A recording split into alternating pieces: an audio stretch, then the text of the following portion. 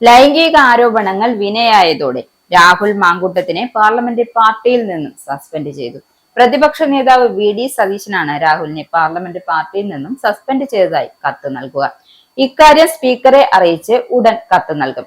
രാഹുൽ ഇനി സഭയിൽ പ്രത്യേക ബ്ലോക്ക് ആയിരിക്കും.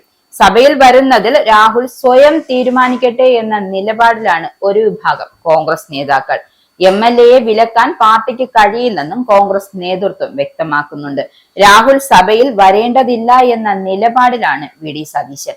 എന്നാൽ എ ഗ്രൂപ്പിനും പാർട്ടിയിലെ ഒരു വിഭാഗത്തിനും രാഹുൽ മാങ്കൂട്ടത്തിൽ സഭയിൽ വരട്ടെ എന്ന നിലപാടാണുള്ളത്. ഇത് സംബന്ധിച്ച് പാർട്ടി തലത്തിൽ തീരുമാനമെന്നാണ് വി.ഡി. സതീശൻ നേരത്തെ തന്നെ പ്രതികരിച്ചത്. രാഹുൽ അവധിയെടുക്കണമെന്ന ഉറച്ച നിലപാടാണ് പ്രതിപക്ഷ നേതാവും അദ്ദേഹത്തെ അനുകൂലിക്കുന്നവരും. രാഹുൽ മാങ്കൂട്ടത്തിൽ വരാതിരിക്കുന്നതാണ് മുന്നണിക്ക് നല്ലതെന്നാണ് ഈ ചേരിയുടെ വാദം.